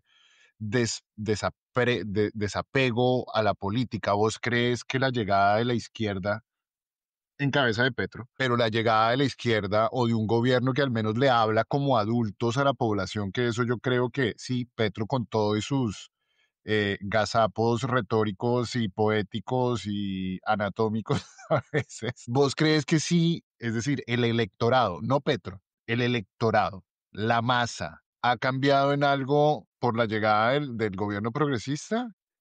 yo me equivoqué de pronto en una percepción que tenía yo de ver todo el fenómeno del estallido y toda esa democracia callejera que se construyó en su Ajá. momento. Un movimiento espontáneo, diverso, que Ujú, se expresó de muchas maneras, muchas que puede uno tolerar, muchas que uno puede no tolerar, unas que uno apoya, unas que uno disiente, pero que nos hablaba de cómo esa diversidad de nuestra sociedad se manifestó políticamente en ese contexto del paro y que, insisto, que venía desde toda una década de movilizaciones periódicas que estaban dándose en el país. Yo pensaba, bueno, listo, en medio de todo esto están dadas las condiciones para que Petro sea presidente, pero tal vez a la primera desilusión a Petro también se le va a rebotar la gente. Bueno, no pasó. ¿Hasta qué punto? Bueno, no pasó por un letargo de la democracia callejera o no pasó ajá, porque los movimientos sociales están conformes con, con este gobierno, por lo menos ujú, por la manera en que le ha hablado, por la manera en que se habrá hecho X o Y política. Pues el tiempo lo dirá, ¿no? Porque ujú. fenómenos como el estallido social no desaparecen de ninguna manera de un día para No. otro. Y yo creo que ese estallido social sí abrió, removió, removió cosas que no habían sido removidas en muchísimo tiempo, y quizás nunca en Mm, nuestra historia. Yo creo que por primera vez, o al menos en mi memoria, se vio algo así como una confraternidad en torno al cuidado colectivo contra una fuerza tiránica que los sociólogos argentinos, pues, digamos, eh, y los chilenos eh, le atribuyen ese sentido colectivo incipiente, pero que de alguna forma existe en los pueblos argentinos y chilenos, que fue producido por el agobio de las dictaduras. Yo creo que ese es el paro nacional y el estallido social marcaron por primera vez como esa confraternidad, esa solidaridad de vecino que en Colombia era tan rara, porque en Colombia llegan a matar al vecino y uno cierra las ventanas y no dicen nada. Pero ya con el paro nacional fue otro tema. Ya hubo yo creo que que se revolvieron algunas fibras, y eso sí pudo haber no solamente dado la plataforma electoral también a Petro, pero también generar un cambio ahí en ese chip. mm. eh, Y hay que decir una cosa, pues hay cambios sutiles tal vez. Claro, uno piensa lo que pasó en Medellín, pero yo lo digo desde una anécdota personal. A mí ¿Qué, una con lo cosa que del me llama Guti o mucho la en atención, Medellín de qué? lo de la manera en que la policía agredió a los manifestantes en la Hace manifestación 2 días. palestina de hace 2 días y que los mismos gestores de convivencia, que es una figura que se creó además precisamente de negociación entre la administración local y los manifestantes, agrediendo a los manifestantes y al parecer eh, exhortados por funcionarios Ujú, a cometer esas agresiones, un concejal con un bate. Yo vi una cosa que me llamó mucho la atención, como pues yo trabajo al frente de la Embajada de Estados Unidos, pues fui a 2 cuadras de la embajada a almorzar. Me encuentro ujú, yo en el restaurante a una agente del ESMAD, que ya no se llama así, fraternizando con una señora mayor con su banderita de Palestina amarrada y la señora explicándole, sí, es que ahora nos llamamos no sé cómo, explicándole ujú, pues las razones del cambio de nombre y que el cambio de nombre no solo significaba un cambio de nombre, sino un cambio también de la de manera mentalidad. en que se gestiona la protesta social. Entonces, pues Mm. si eso no es un cambio, entonces, ¿qué es un cambio? ¿No? Ah, no, bueno, Y eso es sí. positivo también. Eso es positivo, yo lo quiero pensar también positivo en muchos niveles, porque buena parte de lo que motivó el estallido social en su momento es la crisis del contrato social, la Ajá. crisis de confianza entre el ciudadano de a pie y las instituciones que se supone lo representan y lo protegen. Eso no se ha resuelto Mm, y vamos a tener que sentarnos a resolverlo y a fortalecer o a reestructurar de las formas en que sea el contrato social, porque la última vez que se hizo fue, fue hace más de una generación en el 90. mm, Y no estoy diciendo ujú. que cambiemos la constitución o que le cambiemos el nombre al país, Cada generación en la historia de Colombia lo hace, de una u Ujú, otra forma. Entonces, eso puede ser un gesto que de pronto no es estructural, pero una escena como esa que yo vi tiene que ser reflejo de un ejercicio mucho más amplio en ese restablecimiento de la confianza entre el ciudadano y las instituciones. El hecho de que hayamos tenido un gobierno de izquierda, yo creo que para la izquierda misma ha sido un aprendizaje en ese sentido de que la institucionalidad obviamente históricamente persiguió, estigmatizó a la izquierda y es comprensible el distanciamiento histórico que hubo entre personas de ese sector político y el propio Estado, pero que ahora que fueron el control del Estado, la ujú, oportunidad de reflexionar y de conocer también otras maneras en las que ese Estado también, también actúa, ¿no? Entonces, ujú, ver que hay una fuerza pública, que hay una cúpula de de la fuerza pública, que independientemente de quién esté, de quién sea su comandante en jefe, se le respeta, ¿no? ujú, De ver eh, que,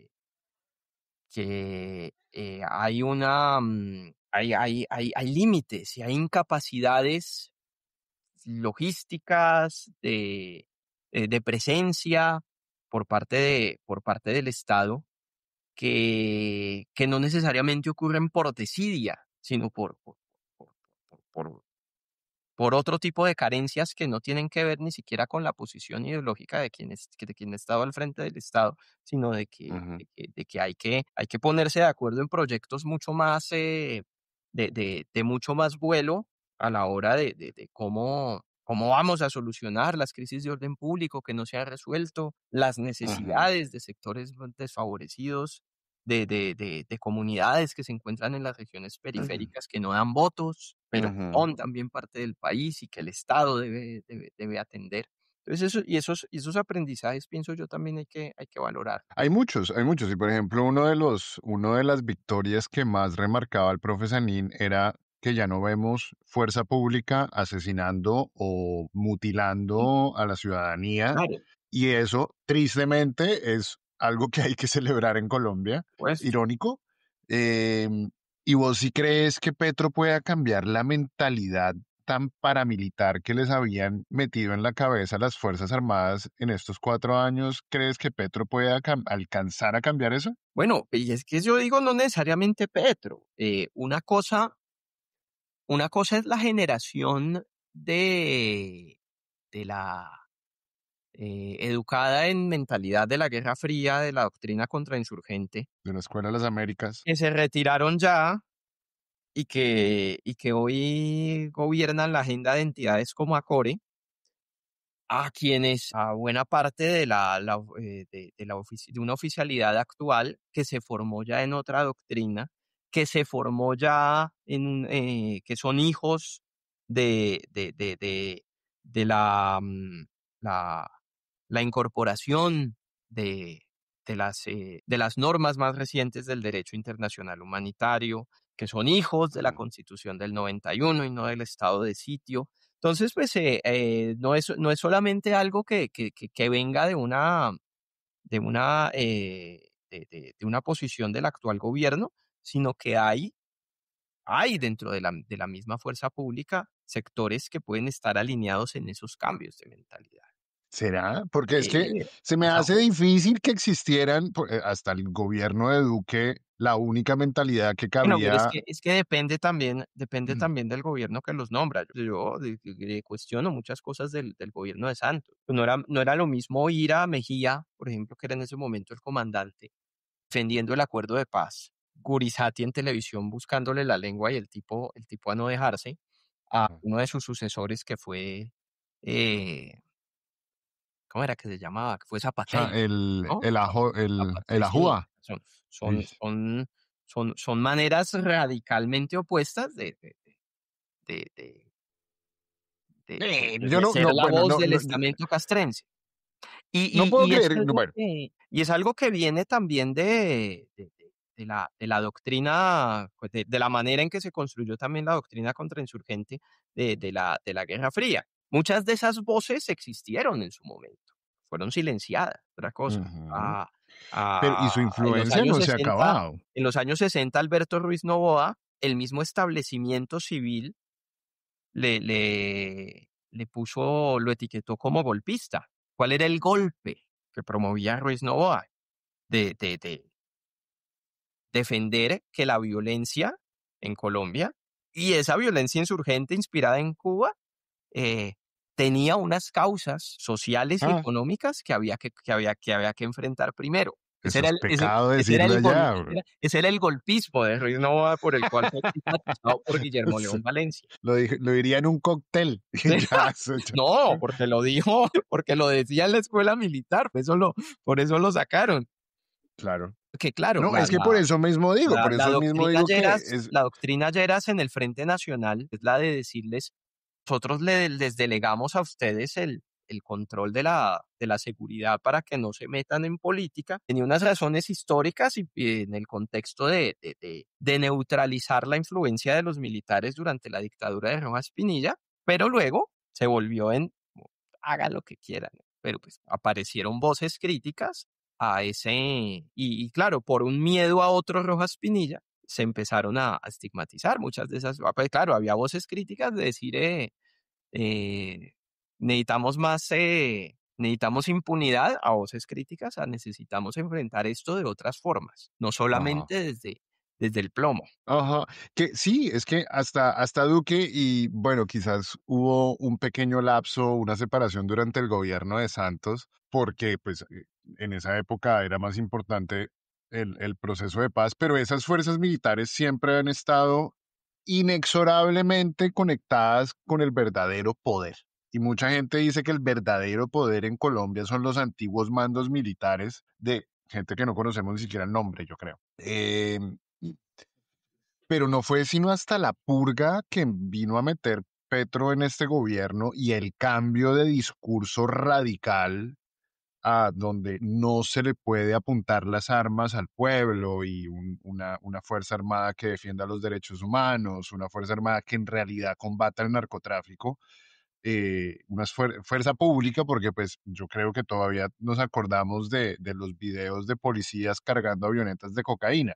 Es decir, las Fuerzas Armadas han hecho parte de las redes criminales desde hace un buen tiempo. Y yo creo que cambiar esa mentalidad, yo creo que esa ha sido una de las mejores jugadas políticas estratégicas que metió Petro, pero la duda que me queda es, ¿será que sí alcanza a cambiar la doctrina en temas de doctrina, en la cabecita de los soldados, y ni siquiera de los mandos medios, sino, digo, de los mandos altos, Y sino bueno, sobre todo hay del una cosa mando. que yo creo que también tenemos que pensar, y es que, claro, por no ser por razones constitucionales, no ser un actor deliberante desde el punto de vista político, pues el militar activo tal vez no se expresa, Ajá, pero pues es una fuerza pública que está integrada por colombianos, reflejando yo creo que las mismas diversidades que tiene, que podemos llegar a tener los civiles.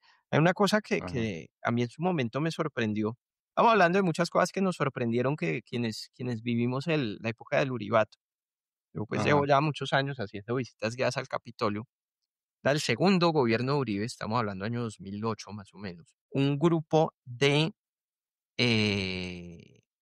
no me acuerdo qué unidad pues de la fuerza pública era, pero eran pues unos agentes de la fuerza pública, pero que usaban uniforme civil. Entonces, pues los llevamos a conocer el recinto del Senado y un grupo de ellos, una cosa que me sorprendió muchísimo era ellos tomándose fotos en la curul de Petro.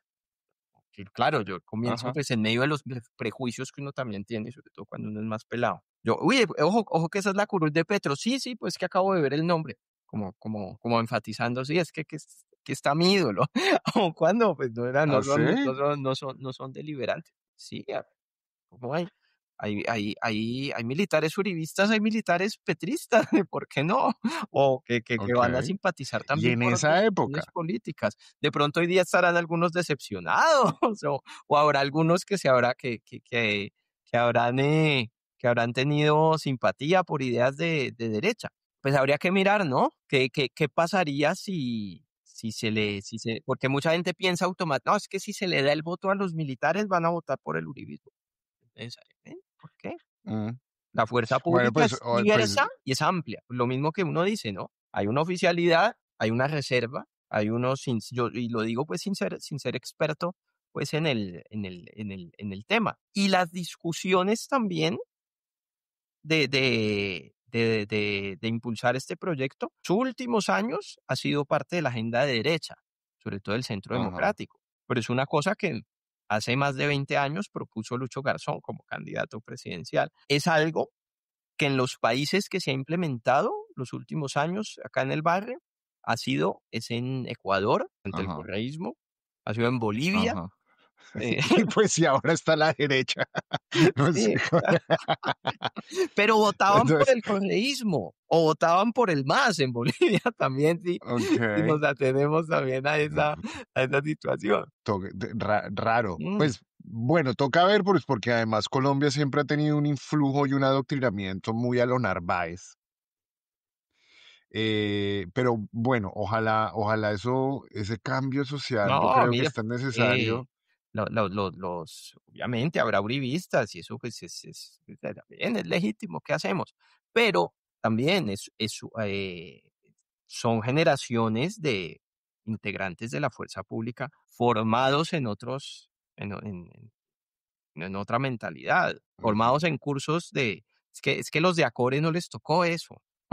O a mm. Zapateiro, tal vez ni siquiera tampoco le debió haber tocado eso, pero formados en cursos de derecho internacional humanitario, en cursos de Ah, bueno, no, no es perfecto, Zapateiro seguro que no. no es perfecto todo, seguramente, pero es otra es otra manera también de entender, de entender el ejercicio de las funciones de la fuerza pública, que falta mucho, por supuesto, que faltará mucho, Sí. seguramente, sí. Y bueno, y también hay que ser, digamos, un poquito más precisos y justos en que hay una gran diferencia entre el ejército y la policía. Y la Policía Nacional, yo sí creo que ahí hay mucho más orangután no preparado que está ahí por el alcance que le da la policía para delinquir, porque muchos policías sí se meten a la policía porque saben que es un lugar estratégico para mantener su impunidad y para poder operar fácilmente en estructuras ilegales, pero yo creo que si Petro logra cambiar eso, ese es el gran germen del cambio en Colombia, porque nosotros crecimos en un país donde la fuerza pública no respeta la ley. Claro, Entonces, es importante y es urgente una total, reforma de la policía, de muchos aspectos, ¿no? Desde el entrenamiento, desde la capacitación, eh, desde su composición, pero una cosa tan integral no se va a resolver en 4 años. O sea, no. si un candidato en ese sentido para las próximas elecciones, yo creo que quiere decirle la verdad al país, lo que pasa es que en campaña los candidatos presidenciales no siempre dicen la verdad. Lo primero que va a tener que decir es, esto tiene que ser un proyecto que va a tomar fácil 10 años, Sí, ¿no? sí, Claro, sí, pero sí. es que también el tema de nuestro lenguaje y el tratamiento que las redes sociales y los medios le pueden dar a un discurso de esos. Un candidato X llega y dice, esto va a tomar 10 años, el titular, el clickbait es, se quiere quedar 10 años. Sí, sí, sí, sí. Mm. Mm. No, es que para Yo hablar no de me acuerdo, medios Petro y dijo algo sobre así como, este es un proyecto que tiene que durar una generación o algo así. Se sí. quiere quedar 30 años. Sí, sí, no, es que para hablar de medios aquí nos puede dar la noche, porque a mí Hemos hablado lo de que me todo parece aquí, ¿no? Hemos más hablado de de música, hemos todo, hablado de fuerza pública, hemos sí, hablado de estoy pensando en el nombre, se va a llamar Música, Uribismo y Tombos, o no sé, de Música, todito. Medios y Tombos. Sí, sí, pero bueno, no, para cerrar, bueno, para cerrar el tema de los medios, a mí es que se me hace demasiado irónico y paradójico que los mismos medios que nos vendían durante el Uribato a Colombia como el país más hermoso del mundo, que todo iba bien, que solo estábamos mejorando, que Colombia el único riesgo es que te quieras quedar. Esos mismos medios hoy, bueno, en esa época, durante mientras pasaba un genocidio, nos pintaban un país feliz. Mientras habían 7 millones de desplazados en Colombia, nos vendían un país en mejoras. Era absolutamente contrario a la realidad. Y yo también, bueno, no sé si sea tan contrario a la realidad hoy, pero hoy cuando hay un gobierno que está buscando la paz con esfuerzos enormes, aunque torpes, porque pues también hay que decirlo, ahora nos están vendiendo el contrario. Ahora sí es el acabose, ahora sí es la guerra, ahora sí la inseguridad, ahora sí están matando, ahora sí las masacres, ahora sí los líderes sociales, ahora sí Arauca, ahora sí Cauca.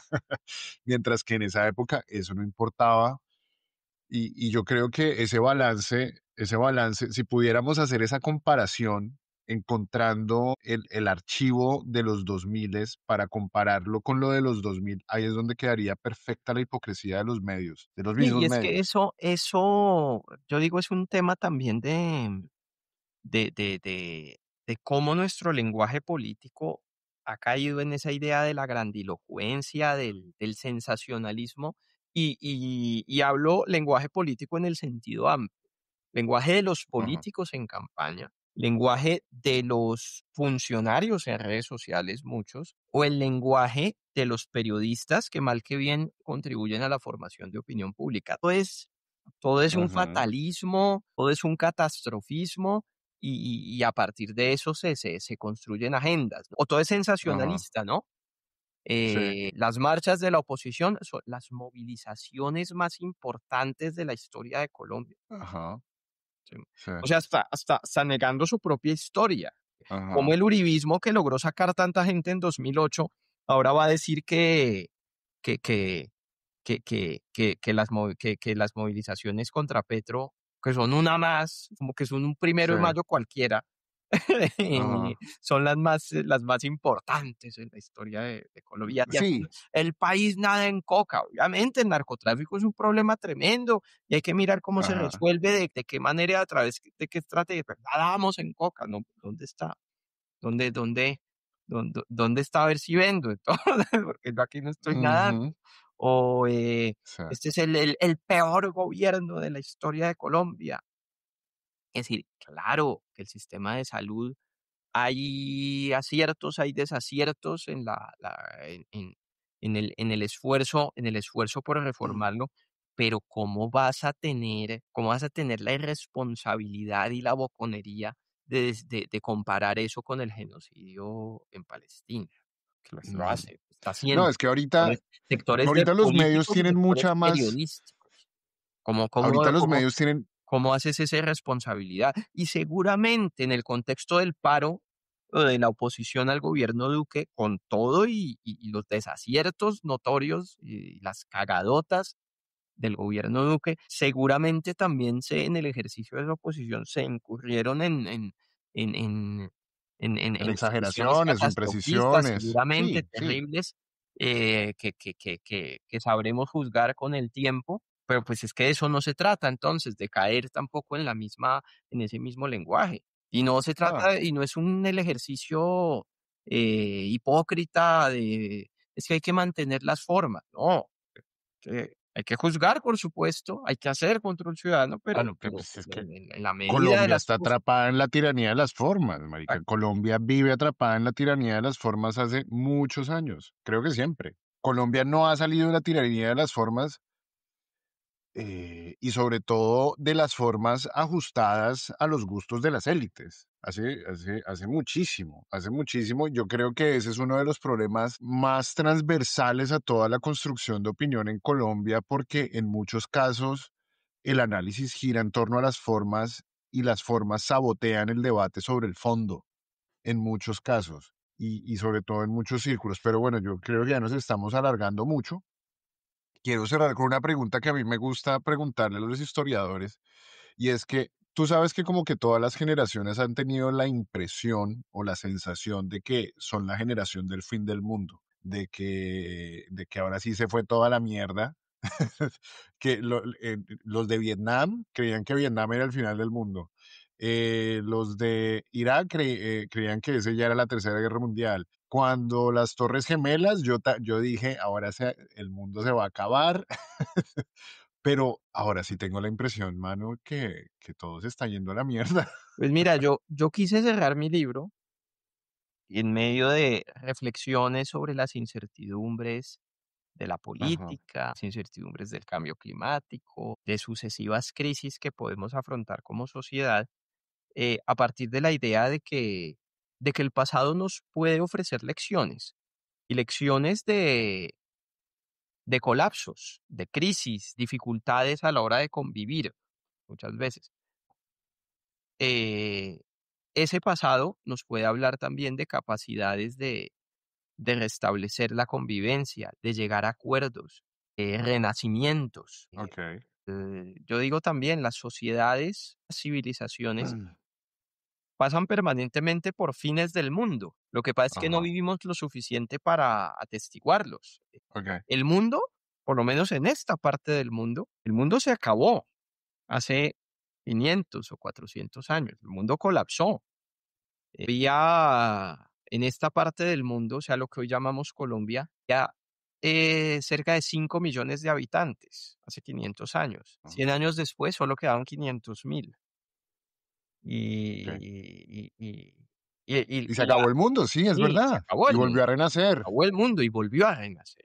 Me parece que nos ha olvidado Okey. ese renacimiento porque lo estudiamos poco y miramos muy poco a ese pasado, porque de pronto Y renació para no otros. miramos No donde renació, estábamos, donde podemos mirar correctamente. Al inicio de esta conversación hablábamos de la cumbia, pues la cumbia nace en ese ajá, renacimiento. okey. Eh, Bueno, las ciudades colombianas, dentro de su diversidad cultural, de su diversidad poblacional, de sus procesos migratorios, su artesanado, o sea, la gente que nos antecedió nació, y sin mirar, es que la conquista es un periodo lindo divino de convivencia, ¿no? Hombres y mujeres que en medio de un medio social y cultural absolutamente colapsado, renació.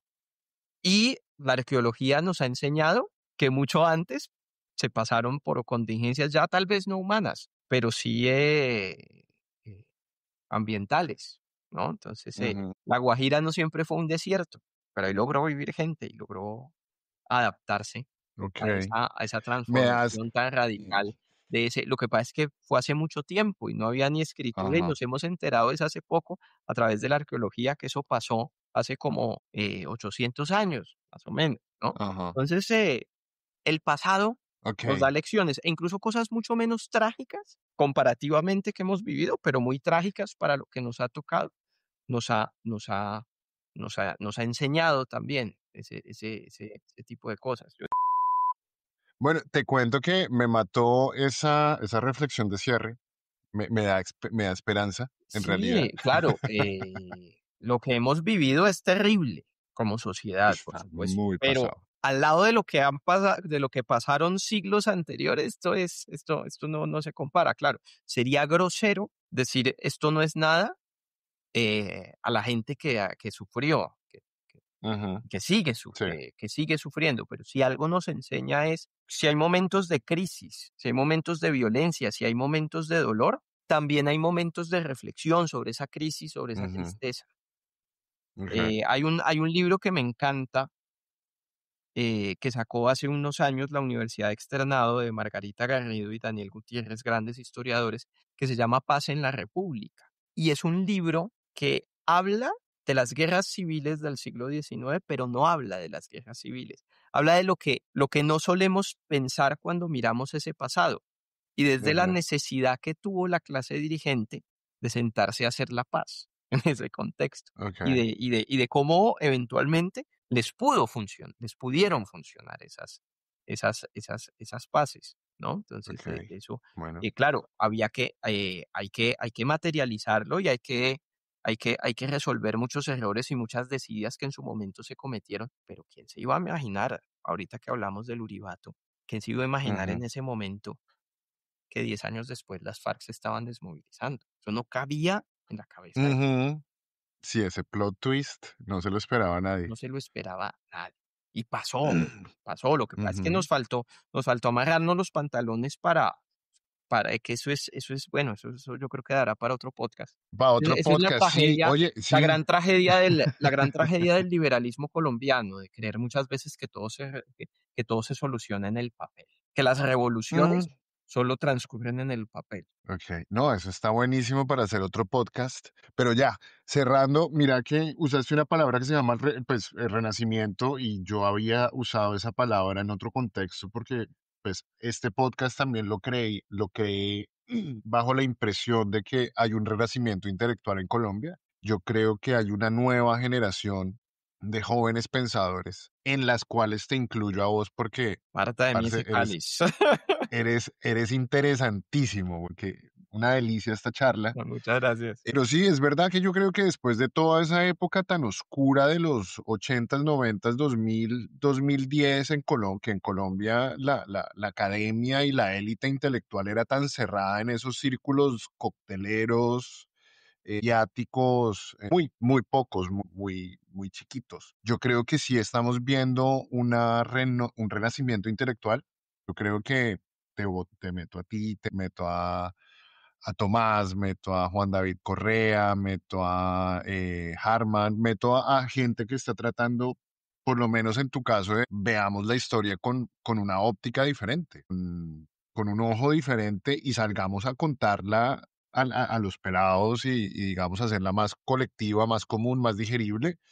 Y pues, mi hermano, me parece un lujo haber podido hablar contigo ya casi 2 horas, María. No, pues muchas gracias, encantadísimo. Yo, ante todo, yo me limito a ser un vocero de una generación de colegas e incluso de maestros también Ujú, que, que se esforzaron a través de la investigación académica por, por, por retratar desde el pasado nuestras diversidades. Yo, digamos, mi ujú. trabajo ha sido es más con otros equipos maravillosos de colegas, mucho más discretos que yo, mucho menos, que no les gusta tanto boletearse como a mí, de eh, esforzarnos por llevarle al público masivo eso que aprendimos, de retribuir a la Ajá, sociedad eso que nuestra generación recibió de nuestros maestros. ok. Mi hermano, ¿Eh? aplausos de pie para todo esto que aprendí hoy. No, a ti Me agradecido encantó. por este espacio, hermano. No, vale. Gracias.